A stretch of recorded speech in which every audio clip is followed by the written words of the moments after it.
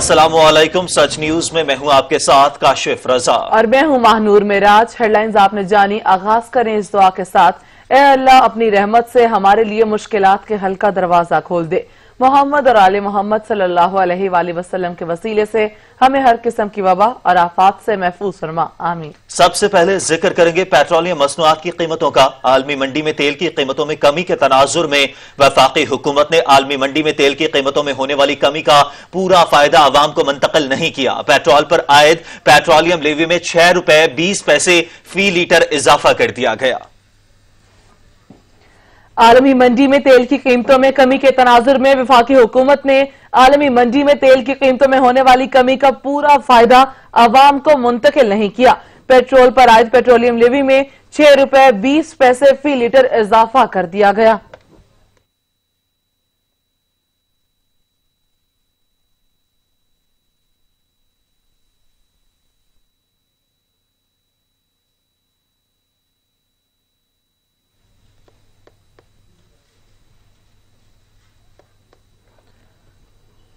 आलमी मंडी में तेल की कीमतों में कमी के तनाजुर में वफाकी हुकूमत ने आलमी मंडी में तेल की कीमतों में होने वाली कमी का पूरा फायदा आवाम को मुंतकिल नहीं किया। पेट्रोल पर आयद पेट्रोलियम लेवी में 6 रुपए 20 पैसे फी लीटर इजाफा कर दिया गया। आलमी मंडी में तेल की कीमतों में कमी का पूरा फायदा मुंतकिल न किए जाने का इंकशाफ। पेट्रोल पर आयद पेट्रोलियम लेवी में 6 रुपए 20 पैसे फी लीटर इजाफा। लेवी की शरह 30 रुपए फी लीटर की हद पर पहुंच गई। जराये के मुताबिक डीजल पर शरह पहले ही से 30 रुपए फी लीटर की सतह पर पहुंच गई है। आइन 30 के जायद पेट्रोल लेवी आयद करने की इजाजत नहीं देता, जबकि इसलिए पेट्रोल पर पेट्रोलियम लेवी की शरह बढ़ाई गई है। वफाकी हुकूमत की जानिब से आलमी मंडी में तेल की कीमतों में होने वाली कमी का पूरा फायदा अवाम को मुंतकिल न किए जाने का इंकशाफ। जराये का कहना है कि हुकूमत ने पेट्रोल पर आयद पेट्रोलियम लेवी में 6 रुपए 20 पैसे फी लीटर इजाफा कर दिया है। आलमी मंडी में तेल की कीमतों में कमी के तनाजुर में ओगरा ने पेट्रोल की कीमत में 12 रुपए फी लीटर तक कमी की सिफारिश की थी।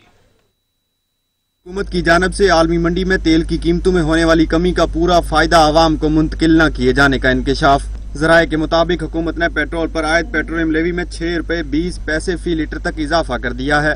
आलमी मंडी में तेल की कीमतों में कमी के तनाजर में ओगरा ने पेट्रोल की कीमत में 12 रुपए फी लीटर तक कमी की सिफारिश की थी। वजारत खजाना की जानिब से 7 रुपए 6 पैसे फी लीटर पेट्रोल कम किया गया। जराये का कहना है कि हुकूमत ने पेट्रोल की कीमत में कमी का पूरा फायदा आवाम को मुंतकिल करने की बजाय पेट्रोल पर आयद लेवी में इजाफा किया, जिसके बाद पेट्रोलियम लेवी की शरह 30 रुपए फी लीटर की ज्यादा से ज्यादा हद पर पहुँच चुकी। डीजल पर पेट्रोलियम लेवी की शरह पहले से ही 30 रुपए फी लीटर की ज्यादा से ज्यादा सतह पर मौजूद है। जराये बताते हैं कि आइन के मुताबिक पेट्रोलियम मसनूआत पर इससे ज्यादा पेट्रोलियम लेवी आयद करने की इजाजत नहीं, इसलिए हुकूमत ने डीजल के बाद पेट्रोल कर दी है। जराये के मुताबिक वफाकी हुकूमत ने अवाम को पूरा फायदा मुंतकिल न करने के लिए GST की शरह बढ़ाने की बजाय पेट्रोलियम लेवी की शरह बढ़ाई है, क्योंकि पेट्रोलियम लेवी की मद में हासिल होने वाला रेवेन्यू वफाकी हुकूमत को मिलता है, जबकि GST की मद में मिलने वाला रेवेन्यू काबिल तकसीम हासिल पोल में शामिल है, जहाँ से उसका 57% हिस्सा कौमी मालियाती कमीशन अवार्ड के तहत सूबों के पास चला जाता है। अब पेट्रोल पर आयद पेट्रोलियम लेवी की शरह बढ़ाने से वफाकी हुकूमत को 5.5 से 6 अरब रुपए का इजाफी रेवेन्यू हासिल होगा। कामरान चौधरी, सच न्यूज, इस्लामाबाद। साल 2020 के इब्तिदाई 5 माह में तेल की कीमतों में रिकॉर्ड कमी हुई, ताहम महंगाई का सिलसिला न थम सका। साल के इब्तिदाई 5 माह में तेल की कीमतें कब और कितनी कम और बढ़ी, कामरान चौधरी बताएंगे। साल 2020 के इब्तिदाई 5 माह महंगाई के हवाले से इंतहाई महंगे रहे, जबकि तेल की कीमतों में रिकॉर्ड कमी भी हुई। कब कितना इजाफा और कमी हुई आप भी जानिए। 2020 का आगाज पेट्रोलियम मसनूआत की कीमतों में इजाफे के साथ हुआ। जनवरी 2020 में कीमतों में 2 से 5 रुपए तक इजाफे के बाद पेट्रोल की कीमत 116 रुपए 60 पैसे मुकर्रर की गई थी। हाई स्पीड डीजल की कीमतों में इजाफे से फी लीटर कीमत 127 रुपए 26 पैसे फी लीटर मुकर्रर की गई, जबकि मट्टी का तेल 99 रुपए 45 पैसे फी लीटर का कर दिया गया था। लाइट डीजल ऑयल की कीमत 84 रुपए 51 पैसे मुकर्रर की गई। साल 9 के आगाज में कीमतों का ये इजाफा आवाम के लिए महंगाई के बम से कम न था। ताहम फरवरी 2020 में कीमतों में इजाफे की तजवीज को बरकरार रखने में बदला गया और जनवरी की कीमतों को ही नाफिज कर दिया गया। मार्च 2020 में पेट्रोलियम मसनूआत की कीमतों में रिकॉर्ड कमी की गई। पेट्रोल, डीजल और मट्टी का तेल 15 रुपए फी लीटर कम कर दिया गया। मार्च में पेट्रोल 96 रुपए 60 पैसे फी लीटर मुकर्रर कर दिया गया, जबकि डीजल 107 रुपए 25 पैसे, मट्टी का तेल 77 रुपए 45 पैसे का हो गया था। अप्रैल के लिए कीमतों को बरकरार, जबकि मई 2020 में एक बार फिर से रिकॉर्ड कमी की गई, जिसके बाद तेल की नई कीमतों के मुताबिक पेट्रोल 81 रुपए 58 पैसे फी लीटर, हाई स्पीड डीजल 80 रुपए 10 पैसे फी लीटर का हो गया। इसी तरह से लाइट डीजल की कीमत 47 रुपए 51 पैसे और मट्टी के तेल की कीमत 47 रुपए 44 पैसे मुकर्रर की गई। और अब जून 2020 में एक बार फिर से तेल की कीमतों में तकरीबन 12 रुपए फी लीटर तक कमी कर दी गई, जिसके बाद पेट्रोल तकरीबन 75 रुपए फी लीटर, डीजल 80 रुपए 15 पैसे और मट्टी का तेल रिकॉर्ड कमी के बाद तकरीबन 35 रुपए का हो चुका। अब सवाल ये है कि साल 2020 में पेट्रोल की कीमत तकरीबन 42 रुपए तक कम हो चुकी। आया अशिया जरूरिया जिनका ताल्लुक आम आदमी से जुड़ा है वो भी आम आदमी की पहुंच में हो पाती हैं या महंगाई माफिया फायदा उठाता रहेगा?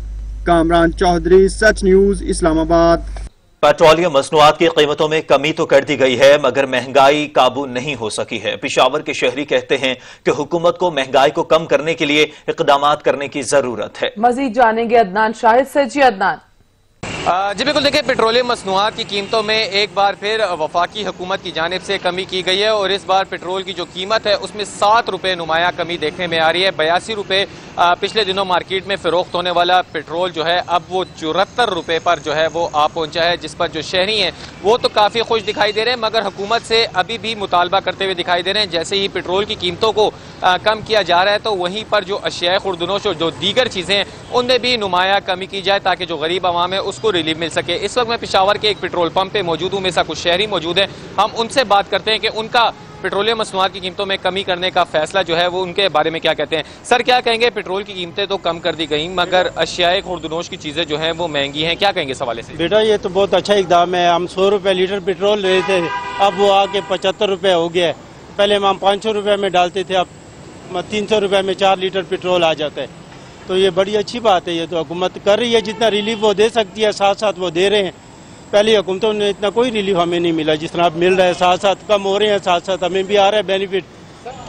जी बिल्कुल, जैसे कि आपने इनकी बात सुनी, इनका यही कहना है कि जो पेट्रोल की कीमतें जैसे कम की गई हैं वैसे ही अशिया खुर्दनोश और ट्रांसपोर्ट की कीमतें जो हैं उसमें कमी की जाए, क्योंकि हमने देखा कि पेट्रोल की कीमत तो कम कर दी जाती है मगर किरायों में किसी किस्म की कोई कमी नहीं की जाती। ट्रांसपोर्टर हजरात जो हैं वो मनमाने रेट जो हैं वो शहरियों से वसूल करते हुए दिखाई देते हैं, जिसकी वजह से जो शहरियों की मुश्किलात है उसमें मजीद इजाफा हो जाता है। और मौजूदा सूरत हाल के अगर हवाले से बात की जाए तो शहरियों का कहना है ये एक ऐसा इकदाम है कि पेट्रोलियम मसनूआत और डीजल और मिट्टी के तेल की जो कीमतें हैं उसमें कमी की गई है। जी अदनान शाहिद, अपडेट करने के लिए आपका शुक्रिया। हुकूमत ने आवाम को रिलीफ देने के लिए तीसरी बार पेट्रोल की कीमत में खातिर खा कमी तो कर दी, लेकिन ट्रांसपोर्ट किरायों समेत रोजमर्रा इस्तेमाल की अशिया की कीमतों में कमी न आ सके। मजीद बता रहे हैं सज्जाद काज़मी। जी सज्जाद। आज भी तो हुकूमत की जानिब से तीसरी मरतबा अवाम को रिलीफ देने के लिए इकदाम किए गए हैं और पेट्रोल को है अब इस मरतबा 7 रुपये जो है सस्ता कर दिया गया फी लीटर।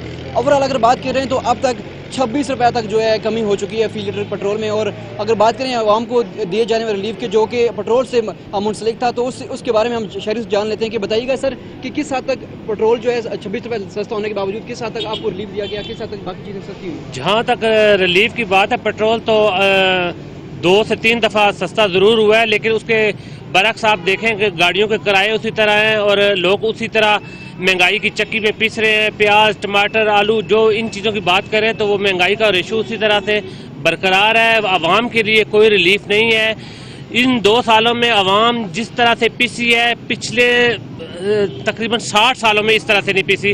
बिल्कुल, जैसा कि आपने जाना कि शहरी यही कहते हैं कि हुकूमत की जानिब से जो पेट्रोल सस्ता करने के दामाद जो किए गए हैं वो बहुत अच्छा खुशाइंद है, लेकिन अगर बात करें रिलीफ की तो डायरेक्ट रिलीफ पहुंचाने के लिए अभी तक हमारे कोई भी जो है हुकूमती जो अमला है वो सरगर्म नज़र नहीं आता और कोई प्राइस कंट्रोल अथॉरिटी है वो भी अब फाल नहीं है, जिस वजह से सब्जियों की कीमत भी जो है मनमानी ली जा रही है और फ्रूट्स की कीमत और दीगर जो है ट्रांसपोर्ट के किराए भी उनमें भी कोई कमी जो है देखने में नहीं आ रही। जी बहुत शुक्रिया सज्जाद काज़मी। हुकूमत ने पेट्रोलियम की कीमतें काफी हद तक कम कर दी मगर महंगाई है कि कम होने का नाम नहीं ले रही। हुकूमत पेट्रोल की कीमतों में नुमाया कमी के बावजूद महंगाई के तूफान को रोकने में नाकाम दिखाई दे रही है। शहरियों ने हुकूमत को जिम्मेदार करार दे दिया।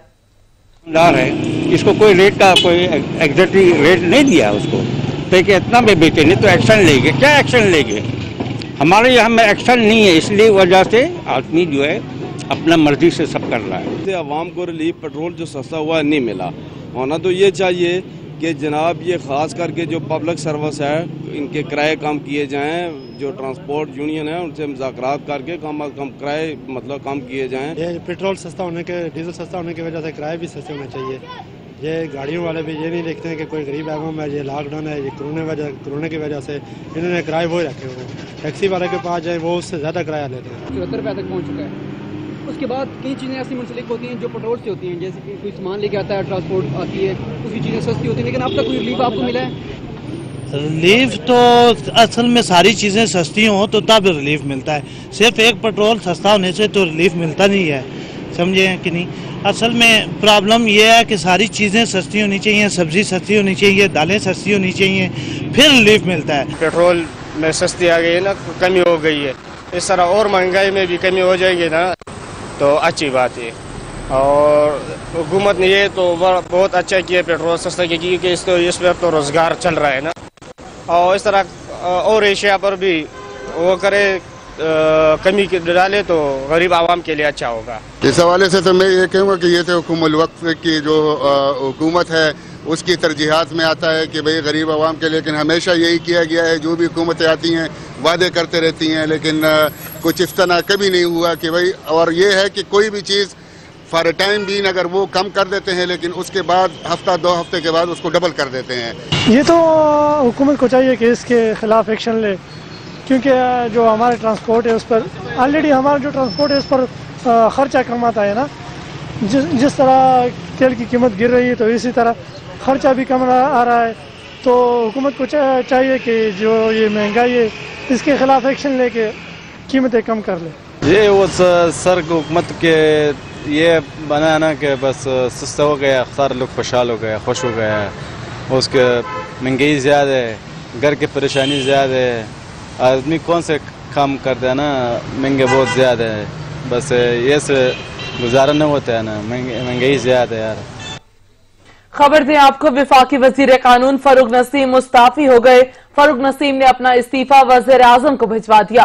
फारूक नसीम जस्टिस काजी फाइज ईसा केस में विफाक की नुमाइंदगी करेंगे। ऑन शिराजी से मजीद जानते हैं। ऑन फारूक नसीम ने अपना इस्तीफा वजीर आज़म को भिजवा दिया है। जी काशिफ, बिल्कुल ये अहम डेवलपमेंट हुई है और वफाकी वजीर कानून और इंसाफ फारूक नसीम की जानिब से इस्तीफा जो है वो वजीर आज़म इमरान खान को भेज दिया गया है। और ये इस्तीफा उन्होंने कल जो जस्टिस काजी फाइज ईसा के खिलाफ हुकूमत ने एक रेफरेंस दायर हुआ है, उसमें हुकूमत की जानिब से रिप्रेजेंट करने के लिए इस्तीफा दिया है। ये इस्तीफा वजीर आज़म इमरान खान तक पहुंच गया है, ताम अभी तक जो है हतमी मंजूरी का नोटिफिकेशन नहीं हुआ। इस हवाले से जब हमने तर्जुमान वज़ारत कानून और इंसाफ जो है उनसे रब्ता किया तो उन्होंने कोई भी इस पे जो है अभी तक जवाब नहीं दिया। ताम हमारे जराये ये कन्फर्म कर रहे हैं कि जो वज़ीर कानून और इंसाफ है जस्टिस फारूक नसीम, उनका इस्तीफा जो है वो वज़ीर आज़म हाउस पहुंच चुका है और कल ही कैबिनेट मीटिंग भी होगी। कल की कैबिनेट मीटिंग में भी फारूक नसीम मौजूद नहीं होंगे, क्योंकि फारूक नसीम का रात गए बताया जा रहा है कि नोटिफिकेशन जारी कर दिया जाएगा और वो बाकायदा तौर पर जस्टिस फाइज ईसा के खिलाफ जो रेफरेंस है उस हवाले से सुप्रीम कोर्ट ऑफ पाकिस्तान में कल की समाअत के मौका पर पेश होंगे। जी सही, बहुत शुक्रिया शराजी। शेखुपुरा के गुंजान आबाद इलाकों में कायम गैर कानूनी मिनी पेट्रोल पंप्स और डब्बा स्टेशन के बाइस आग लगने के मुतादिद वाकयात रुनुमा हो चुके हैं। शेखुपुरा भर में मिनी पेट्रोल पंप्स और डब्बा स्टेशन इंसानी जानों के लिए शदीद खतरे का बायस बन गए। शहरियों का कहना है कि डिप्टी कमिश्नर और असिस्टेंट कमिश्नर ने डब्बा स्टेशन के खिलाफ कार्रवाई करने के बजाय अपने आप को क्वारंटीन कर लिया है। जराये के मुताबिक शहर भर में 50 से ज्यादा मिनी पेट्रोल पंप्स और डब्बा स्टेशन कायम है। जिले इंतजामिया की जानिब से डब्बा स्टेशन और मिनी पेट्रोल पंप्स के खिलाफ कार्रवाई न करने के बायस उनकी तादाद में आए रोज खतरनाक हद तक इजाफा हो रहा है। उन मिनी पेट्रोल पंप्स और डब्बा स्टेशन पर हिफाजती इकदाम न होने के बायस आग लगने के मुतादिद वाकयात रौनुमा हो चुके हैं, जिनसे मुतादिद कीमती जानों का भी ज़िया हो चुका है। शहरियों ने जिला इंतजामिया की मायूस कुन कारकर्दगी पर वज़ीर आला पंजाब को नोटिस जारी करने का मुतालबा किया है। कोरोना वायरस के बढ़ते फैलाव को रोकने के लिए लॉकडाउन में नरमी या सख्ती का मजीद फैसला आज किया जाएगा। कोरोना वायरस के बढ़ते फैलाव को रोकने के लिए लॉकडाउन में नरमी या मजीद सख्ती, फैसला आज किया जाएगा।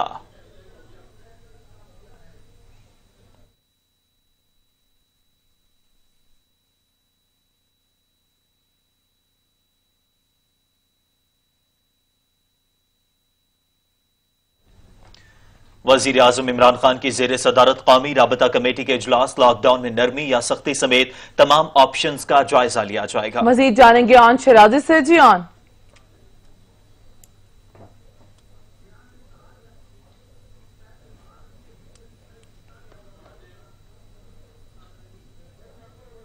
वजीर आजम इमरान खान की जेर सदारत कौमी राबता कमेटी के इजलास में वफाकी वज़रा, वज़राए आला, अस्करी हुकाम शिरकत कर रहे हैं। NDMA के माहिरीन ब्रीफिंग देंगे। कौमी राबता कमेटी कोरोना वायरस के खिलाफ इकदामात पर गौर करेगी। इजलास में ट्रेन सर्विस को मजीद बढ़ाने पर भी मुशावरत होगी।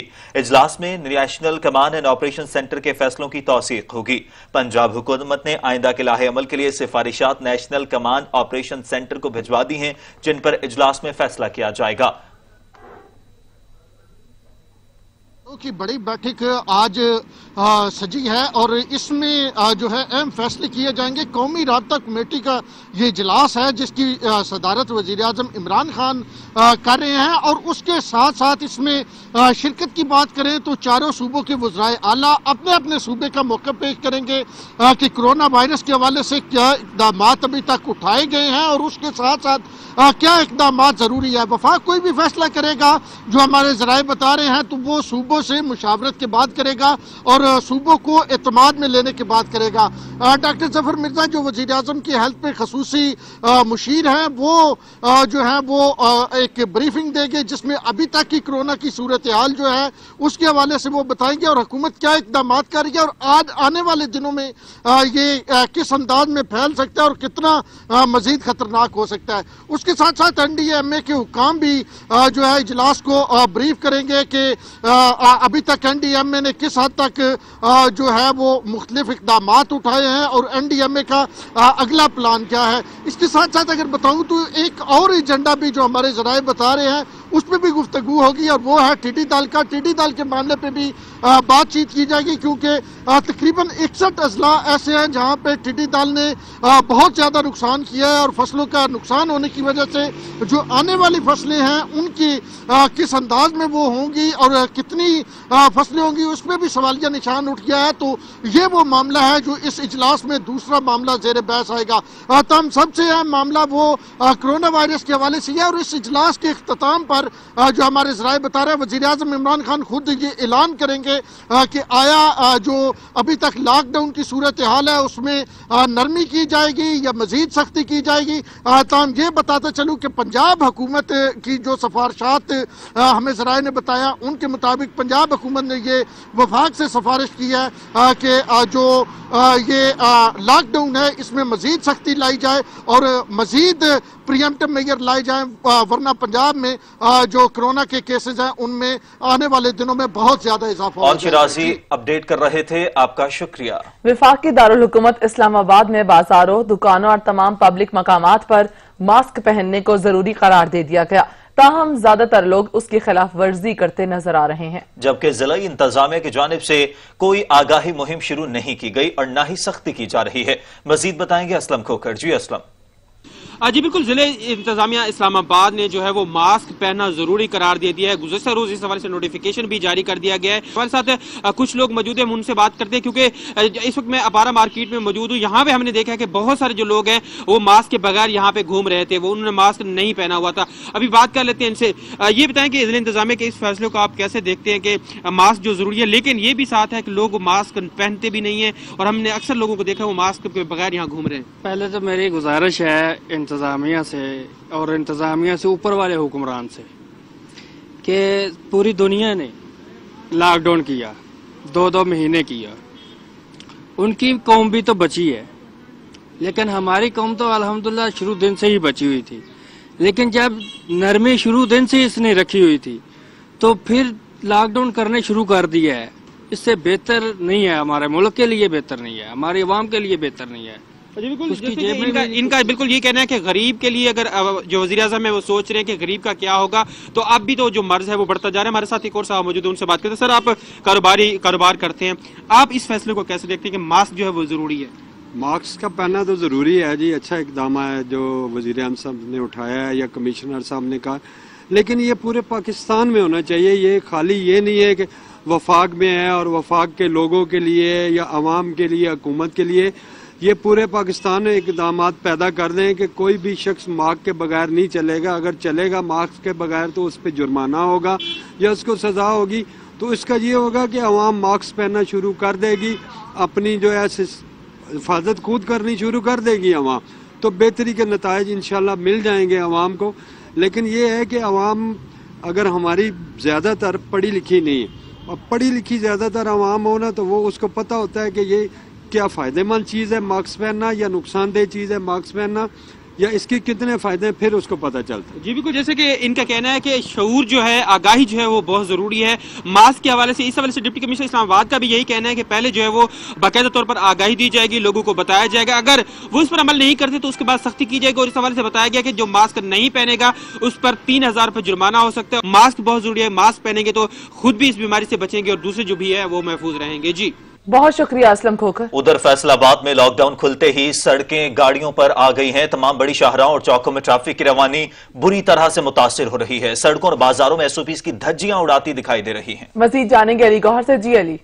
जी बिल्कुल, हफ्तावार लॉकडाउन खुलने का आज पहला दिन है और सड़कों पर खासा रश बढ़ गया है, जिस वजह से ट्रैफिक की रवानी जो है वो मुतासर हो रही है। मैं आपको आगाह करूं कि फैसलाबाद ट्रैफिक वार्डन पुलिस जो है वो बिल्कुल इस रश को कम करने के हवाले से इकदाम कर रही है और अपनी ड्यूटी सर अंजाम दे रही है। लेकिन शहरी इतनी खासी तादाद में जो है वो सड़कों पर नजर आ रहे हैं कि जिस भी चौक और जिस भी शाहराह से आप गुजरेंगे वहाँ पर ट्रैफिक जो है वो ब्लॉक दिखाई दे रही है, और जिस वजह से काफ़ी ज़्यादा परेशानी भी देखने में आ रही है। शदीद गर्मी के बावजूद शहरी जो है उनका खासा रश जो है बिल्कुल मौजूद है। मेरे कैमरामैन जवेद बाट अगर आपको दिखाएं तो इस वक्त मैं हलाले अमर चौक में मौजूद हूँ, जहाँ पर हर तरफ जो है वो ट्रैफिक काफ़ी बड़ी ज़्यादा तादाद में है और जिसमें वार्डन्स भी परेशान हैं, शहरी परेशानी का शिकार हैं। गर्मी में उनको खड़ा होने पड़ रहा है, लेकिन इसके बावजूद जो है काफ़ी ज़्यादा रश है। मैं आपको बताऊँ कि कोरोना के हवाले से एहतियाती तदाबीर जो है उन पर किसी तरह भी अमल दरामद होता हुआ नज़र नहीं आ रहा है। अगर बात की जाए बाज़ारों की तो वहाँ पर भी खासा रश देखने में आ रहा है। किसी तरह से भी समाजी फासला बरकरार नहीं रखा जा रहा है, मास्क का इस्तेमाल नहीं किया जा रहा है और ख़ासकर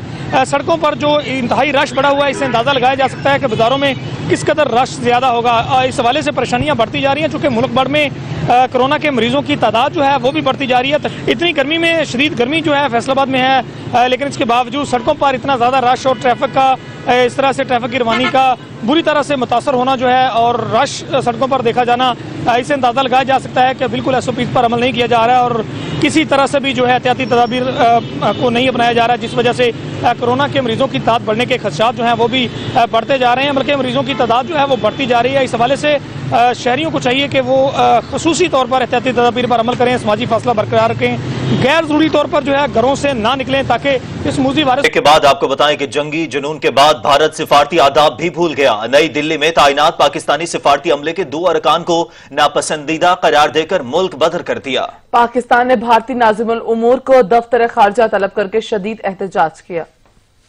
जंगी महाज पर चीन, पाकिस्तान और नेपाल की जानिब से मुंह तोड़ जवाब। भारतीय सरकार हवास बाख्ता। मक्कार मोदी की आलमी रुसवाई से तवज्जो हटाने के लिए भारतीय अवाम को एक बार फिर बेवकूफ बनाने की कोशिश। पाकिस्तान ने भारतीय इकदाम की शदीद मुजम्मत करते हुए कहा है कि नई दिल्ली में सिफारती मिशन के दोनों एहलकारों को पहले हिरासत में लिया गया, उन्हें झूठे और बेबुनियाद इल्जामात तस्लीम करने पर मजबूर किया गया। पाकिस्तानी हाई कमीशन की मुदाखलत पर उन्हें रिहा तो कर दिया, लेकिन नापसंदीदा शख्सियात करार देकर मुल्क से निकल जाने का हुक्म दिया गया। तर्जमान दफ्तर खारजा आयशा फारूकी का कहना है कि भारत की ये हरकतें सोचे समझे मंसूबे और पाकिस्तान के खिलाफ प्रोपेगेंडा मुहिम का हिस्सा है। पाकिस्तान इन बेबुनियाद इल्जामात को मुस्तरद करता है। भारत की ये हरकतें वियना कन्वेंशन की खुली खिलाफ वर्जी है। नई दिल्ली में पाकिस्तानी हाई कमीशन ने हमेशा आलमी कवानीन के तहत अपनी हदूद कयूद के अंदर रहकर काम किया है। भारत अपनी इन हरकतों से दोनों मुल्कों में सिफारती गुंजाइश को मजीद महदूद करता जा रहा है। बयान में कहा गया है कि भारत में बीजेपी की हुकूमत कशीदगी बढ़ाकर अपने अंदरूनी और बैरूनी मसाइल और मकबूजा कश्मीर में जारी इंसानी हकूक की खिलाफ वर्जियों से तवज्जो नहीं हटा सकती। पाकिस्तान ने आलमी बिरादरी पर जोर दिया है कि वो भारत के इन इरादों का नोटिस ले और जनूबी एशिया में अमन और सलामती को यकीनी बनाने के लिए अपना किरदार अदा करे। चीन ने इंतहा पसंद मोदी सरकार की अकल ठिकाने लगाने की तैयारी मुकम्मल कर ली। भारी हथियार और लड़ाका तैयारे लद्दाख में भारतीय सरहद के करीब पहुंचा दिए। चीनी और भारतीय फौज में एक बार फिर दो-बदू झड़प हुई। चीन के हाथों मार खाने वाली भारतीय फौजियों की तस्वीर सामने आ गईं। चीन ने भारी हथियार और लड़ाका तैयारा लद्दाख पहुंचा दिया। चीनी और भारतीय फौज में एक बार फिर लड़ाई हुई। चीनी ट्विटर सार्फिन भी जख्मी भारतीय फौजियों की तस्वीर सामने ले आए। उधर स्वीडन में जंगी उमूर के माहिर शोक्सवेन ने अपनी ही मोदी सरकार को आईना दिखा दिया। भारतीय प्रोफेसर ने भी जख्मी भारतीय फौजियों की तस्वीरें शेयर कर दी और कहा कि भारतीय फौजियों की पिटाई पर मोदी खामोश क्यों हैं। अशोक स्वेन ने सवालात उठाते हुए कहा कि भारतीय मीडिया अब सर्जिकल स्ट्राइक का मुतालिबा क्यों नहीं कर रहा। लद्दाख और सिक्किम समेत लाइन ऑफ एक्चुअल कंट्रोल पर अस्करी सरगर्मियों में इजाफा हो गया। चीनी फौज ने लद्दाख के मशरकी इलाके में भारी हथियार सरहद पर पहुंचा दिए। चीनी फजाइया ने भी लद्दाख के करीब अपने एयरबेस में तोसी कर दी और लड़ाका तैयारे वहां पहुंचा दिए। और मुसाफिरों की बढ़ती हुई तादाद के बाद रेलवे के महदूद ट्रेन ऑपरेशन में मजीद 10 ट्रेनें शामिल कर ली गई हैं। मुकम्मल SOPs और एहतियाती तदाबीर के साथ 22 मई से जुज़वी ट्रेन ऑपरेशन जारी रहेगा। मजीद जानेंगे नबील नकवी से। जी नबील। ट्रेन ऑपरेशन शुरू किया गया था पाकिस्तान रेलवे की जानिब से। उस वक्त 30 ट्रेनें चलाने का ऐलान किया था, 15 अप और 15 डाउन ट्रेन का। आज उनमें 5 अप और 5 डाउन यानी 40 ट्रेनें इस वक्त टोटल जो है ट्रेन ऑपरेशन में जुज़वी ट्रेन ऑपरेशन में जो है इस वक्त बहाल हो चुकी हैं और मुसाफिरों को लेकर आई जा रही हैं। अगर बात की जाए, इस वक्त भी मैं लाहौर रेलवे स्टेशन मौजूद हूँ। अब से कुछ देर पहले जो कराची से आने वाली पाक बिजनेस एक्सप्रेस जो है वो रेलवे स्टेशन में पहुंची और मुसाफिरों की बड़ी तादाद जो आज भी जो है वो अब कराची से और दूसरे शहरों से आज उन्होंने दीगर शहरों से जो लाहौर का जो है वो रुख किया है। और अगर SOPs की बात की जाए तो रेलवे इंतजामिया इस वक्त इंतहाई मुतहरिक नजर आ रही है और इंतहाई सीरियस होकर SOPs पर अमल दरामद किया जा रहा है।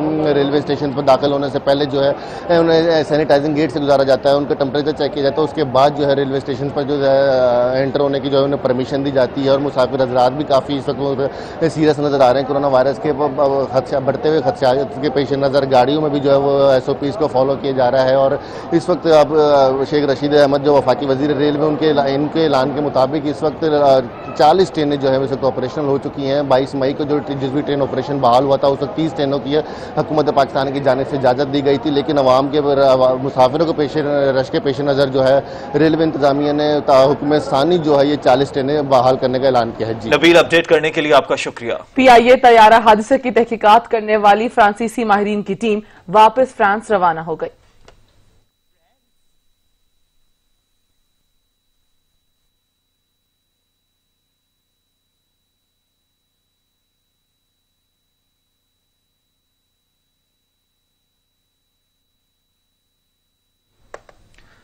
और अब आपको खबर देंगे कि मुल्क भर में टिड्डी दल के खिलाफ ऑपरेशन जारी है। अब तक 4,97,000 हेक्टेयर रकबे पर स्प्रे किया जा चुका है। मुल्क के 52 अजला में टिड्डी दल मौजूद। बलूचिस्तान में 31, खैबर पख्तूनख्वा में 10 अजला मुतासर हुए हैं, जबकि पंजाब में 4 और सिंध में 7 अजला टिड्डी दल से मुतासर हुए हैं। टिड्डी दल के हमला ज़दा इलाकों का सर्वे और कंट्रोल ऑपरेशन इस वक्त जारी है।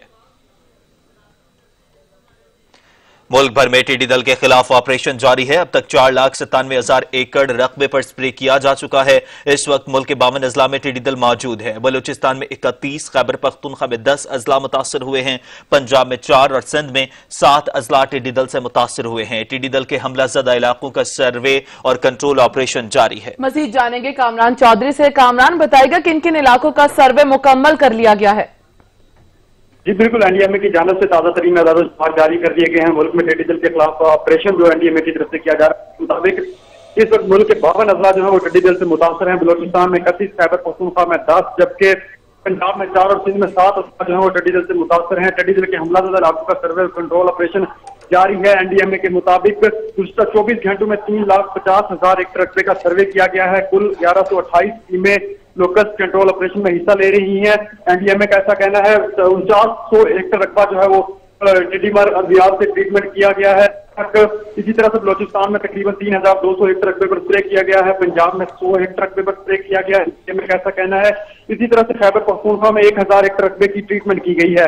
सिंध में गुज़श्ता रोज 600 एकड़ रकबे की ट्रीटमेंट की गई है NDMA के मुताबिक। और अब तक पूरे मुल्क में 4,97,000 एकड़ रकबे पर स्प्रे किया जा चुका है। जी बहुत शुक्रिया कामरान, अपडेट करने के लिए। अमेरिका के कई शहरों में कर्फ्यू और पाबंदियों के बावजूद पुलिस के हाथों से अफाम शख्स के कत्ल के खिलाफ एहतजाज और रैलियां निकाली गई। पुरतशद्दुद मुजाहिरों में एक शख्स हलाक जबकि मुतादिद जख्मी हो गए। व्हाइट हाउस के बाहर मुजाहिरीन और पुलिस में झड़पें हो रही हैं। पुलिस ने 2500 से ज्यादा मुजाहिरीन को गिरफ्तार कर लिया है। स्याह फाम शख्स की हलाकत के बाद अमेरिका में एहतजाज बढ़ गए। दारुल हुकूमत वाशिंगटन समेत 25 शहरों में कर्फ्यू नाफिज है। व्हाइट हाउस के करीब मुजाहिरीन को मुंतशिर करने के लिए आंसू गैस का इस्तेमाल किया गया।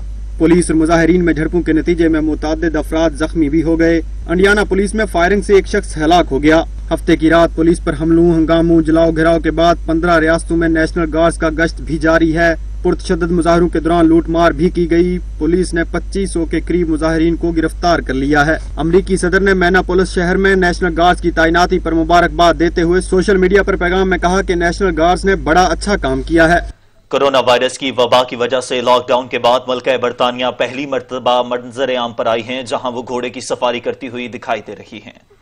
मलका बरतानिया एलिजबेथ एक बार फिर आलमी मीडिया की जिन्नत बन गयी। कोरोना की वबा फैलने के बाद मलका पहली बार मंजर आम पर आई तो उन्हें गैर मामूली पजीराई मिली। 94 साल मलका 14 साल घोड़े बिलमोरल फिरन पर सवारी कर रही हैं। मलका बरतानिया घोड़ों से बहुत प्यार करती हैं। शोखो रंगीन स्कार्फ लिए हुए मलका बरतानिया ने जैकेट पहन रखी है, साथ में सफेद ग्लव्स पहने हुए हैं। अवामी सतह पर मलका बरतानिया की आखिरी तस्वीर 19 मार्च को बिंगम पैलेस से बर्कशायर घर में जाते हुए ली गई थी, जिसमें वो 2 पालतू डॉग कैंडी और विल्कन भी साथ थे। मलका बरतानिया ने लॉकडाउन के दौरान कौम से 2 मरतबा खिताब किया। वबा की वजह से मुतअद्दिद सालाना तकरीबात को मनसूख किया गया। बरतानिया में कोरोना की आलमी वबा से 2,74,000 अफराद मुतासर हुए हैं, जबकि 38,000 से ज्यादा जिंदगी से हाथ धो बैठे हैं।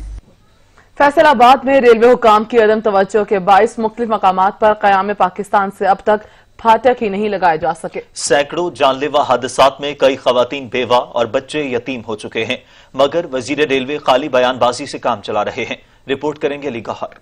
फैसलाबाद में रेलवे हुकाम की गफलत के बायस रेलवे ट्रैक पर मुख्तलिफ मकामात पर रेलवे फाटक ही मौजूद नहीं है।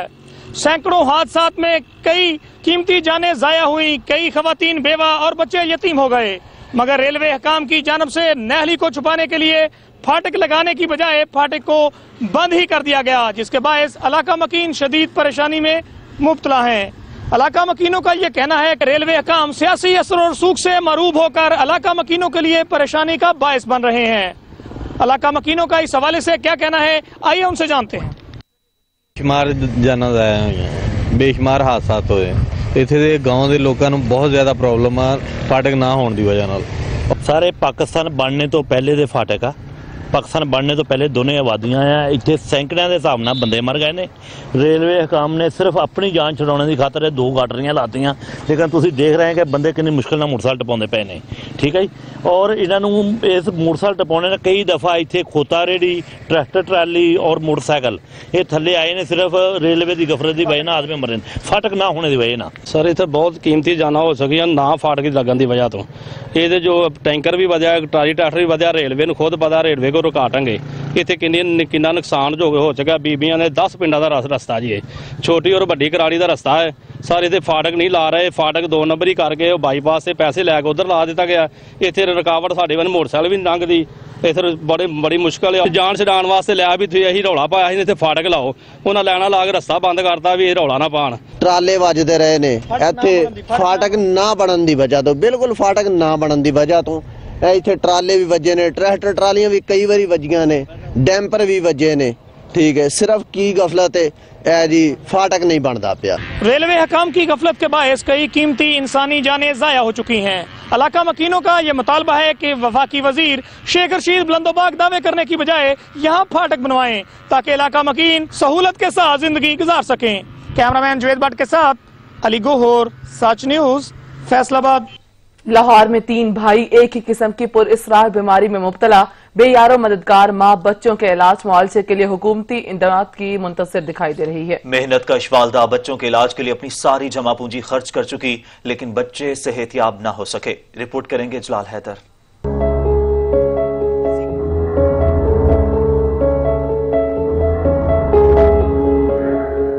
इमदाद की आस लिए चेहरों पर ये चांद से प्यारे नाजुक बच्चे। लाहौर के इलाके इकबाल टाउन की रिहायशी रानी बीबी के 3 बच्चे पुरअसरार बीमारी में मुब्तला होने पर मुतासरा खानदान किसी मसीहा की तलाश में है। रानी बीबी के 3 बच्चे पैदाइश के 2 साल बाद ही पट्ठों की बीमारी में मुब्तला हो गए। इसके बाइस ना तो वो खड़े हो सकते हैं और ना ही चल सकते हैं। पट्ठों की खतरनाक बीमारी में 12 साल जुड़वा भाई नाजिम हुसैन और काजिम हुसैन तो पहले ही मुब्तला थे, जबकि 2 साल बाद पैदा होने वाला 10 साल आजम हुसैन भी इसी मूजी बीमारी में मुब्तला हो गया। बच्चों की वालदा रानी बीबी का कहना है कि वो अपनी तमाम जमा पूंजी खर्च कर चुकी, लेकिन उनके बच्चे ठीक नहीं हुए। जर्नल ले गया फौजी, ने भी तू गरीब है, तू इलाज नहीं करा सकनी है, इलाज बहुत बड़ा। नाजिम और काजिम दूसरे बच्चों को स्कूल जाते हुए और खेलते कूदते हसरत भरी निगाहों से देखते हैं। हमारा दिल करता है हम पढ़े, हम स्कूल जाए, हमारा इलाज हो जाए। हमारा भी दिल करता है स्कूल जाने को। हम बच्चों को देखते हैं तो हमें दिल में दुख लगता है, तो हमारा दिल करता है हम स्कूल जाएं। मुतासरा खानदान ने वज़ीर आला पंजाब, सेक्रेटरी हेल्थ और मुग़य्यर हजरात से इलाज में ताउन के लिए मदद की अपील की है। अपने बच्चों के इलाज के लिए सरगर्दा माँ मुख्तलिफ जगहों पर फिरती हुई मुंतजिर है तो हुकूमती इमदाद की कि उसके बच्चों का इलाज जल्द से जल्द मुमकिन हो सके। कैमरामैन अब्दुर्रहमान के साथ इजलाल हैदर, सच न्यूज़, लाहौर। और सच टीवी की काविश नेकी की टोकरी को सियासतदान, ताजिर और तालीम से वाबस्ता लोग और बच्चे भी सराहने लगे हैं। कहते हैं सफेद पोश अफराद के लिए अच्छा काम शुरू किया है। सच टीवी की काविशों को सलाम है। ये तो बहुत अच्छा एक स्टेप है। माशाल्लाह मीडिया ग्रुप वाले इतना अच्छा काम कर रहे हैं कि एक तंदूर के पास या उन्होंने टोकरी रखी हुई है कि कोई भी एक साहिब हैसियत बंदा किसी गरीब आदमी के लिए रोटी वगैरह उसमें रख लेता है, तो गरीब आदमी के लिए भी फ़ायदा है और एक नेकी है, नेकी तो रायगाही नहीं जाती। ये तो बहुत अच्छी कम है, क्योंकि जो खुदा तरस लोग होते हैं और जो हमदर्द लोग होते हैं, उन जो है ना वो अपनी मदद आपके तहत अपने पैसे रख के जो है ना ये एक सदका जारिया है। और गरीब आवाम के लिए जो इस महंगाई में एक रोटी के लिए तरस रहे हैं, वो अपने बच्चों के लिए जो है ना पेट पाल सकते हैं। ये नेकी की टोकरी जो है ना, ये जितने सरमायादार लोग हैं इनको चाहिए इसमें बढ़ चढ़ कर हिस्सा लें और इससे गरीब लोगों को काफ़ी रिलीफ मिलेगा। ये जितने भी हैं ये तो नेक काम है, चाहे जितने भी अमीर हैं उनको चाहिए, और जिनके अगर अमीर नहीं भी हैं उनको भी चाहिए अपनी तरफ से जो हो सकता है ये गरीब लोगों के लिए ये तो नेक काम है। कैंपेन शुरू की हुई है तो ये इसको चाहिए कि तंदूर वाले के पास जो मालदार आदमी जाता है पैसे रखवा देते हैं छुप के, उन्होंने एक टोकरी रखी होती है उसमें रोटी, हर एक गरीब आदमी जाता है जो वहाँ पर जो मजदूरकार तबका होता है उतना उसके बस नहीं होता, वो चला जाता है वहाँ पर उसको रोटी मिल जाती है। तो चाहिए कि हम भी सारे जो मालदार है सरमायादार लोग हैं उनको चाहिए कि ये कैंपेन में जो है बढ़ चढ़ कर हिस्सा लें। ये तो बहुत अच्छा अमल आपने किया, अल्लाह ताला आपको इसका अजर देगा। तो ये दूसरी बात ये है कि इससे गरीब का भी भला हो जाएगा। ये तो बहुत अच्छी बात है, इससे लोगों को गरीब लोगों का तो बहुत भला होगा। कई ऐसे लोग हैं लॉकडाउन की वजह से भी जिनका बहुत इनके काम का लॉस हुआ है। ये होना चाहिए, जो गरीब लोग बेचारे नहीं अफोर्ड कर सकते, सड़कों पे बेचारे ज़िंदगी गुजार रहे हैं, वो उनके लिए बहुत अच्छा है। ये मेरे नज़दीक तो ये एक नहायत ही एहसन इक़दाम है तमाम तंदूर हजरात की तरफ से, तंदूर को चलाते हैं। तो ये हुकूमत को चाहिए कि इसको आगे मतलब हर तंदूर के ऊपर ये एक रूल लागू करे कि हर तंदूर वाला इस चीज़ को फॉलो करे। ये जो आप काबिश फरमा रहे हैं ये मुख्तलिफ इस्लामी मुल्कों में बड़ी पुरानी रवायत है और ये बड़ा एहसन तरीका है किसी की इमदाद करना और पता भी ना चले और उसको हलाल रिज़्क पहुँच जाए। सच टीवी ने जो नेकी की टोकरी का ये जो यहाँ पर सिस्टम शुरू किया है, मेरा ख्याल है ये बहुत अच्छी चीज़ है। इससे ना सिर्फ गरीब लोगों को मदद मिलेगी बल्कि जो दूसरे साहिब हैसियत लोग हैं उनको भी एक मोटिवेशन मिलेगी। मैं ये समझती हूँ कि ये लोगों की बड़ी अच्छी इमदाद हो रही है। वो राशन भी हम बांटते हैं, लेकिन ये देखें जैसे आपने तंदूरों पे टोकरियाँ सक्कर शहर में रखवा दी हैं या किराना शॉप पे जो आपने टोकरियाँ रखवा दी हैं, लोगों की अना और उनकी खुददारी को ठेस पहुँचाए बगैर एक बड़ा एहसन इक़दाम है। हम उनकी कोशिशों को सराहते हैं, इनसे सफेद पोश लोगों की मदद हो रही है। इस काम में सच टीवी जो है बहुत आगे आया है। उन्होंने एक सेगमेंट स्टार्ट किया है, एक जो स्पेशल असाइनमेंट की है नेकी की टोकरी के नाम से। सच टीवी की काविशों को मैं सराहता हूँ। सच टीवी ने एक अच्छा काम शुरू किया है, नेकी की टोकरी। अगर आप कई मतलब तंदूर की दुकान से आप रोटी लेते हो, 10 रोटियां लेते हो, जो सामने आपके सामने कोई खड़ा हुआ है, आप वो नहीं ले सकता, उसके पास इतने पैसे नहीं है, तो आप उसके लिए एक 2 रोटियां समझो उसमें डाल सकते हो। सच टीवी की काविशों को मैं सलाम पेश करता हूँ, जिस तरीके से ये गरीब लोगों की मदद कर रहे हैं और उन सफ़ेद पोश लोगों की मदद कर रहे हैं जो अपने घरों से नहीं निकलते हैं लोगों से मांगने के लिए, और वो खामोशी से जाके जो इन्होंने तंदूर का सिस्टम किया हुआ है वहाँ से रोटियां लेते हैं और जो हस्ब तौफीक पैसे होते हैं वो उनको देते हैं। अब तक के लिए इतना ही, कुछ ही देर में हाजिर होंगे हेडलाइंस के साथ। देखते रहिए सच न्यूज।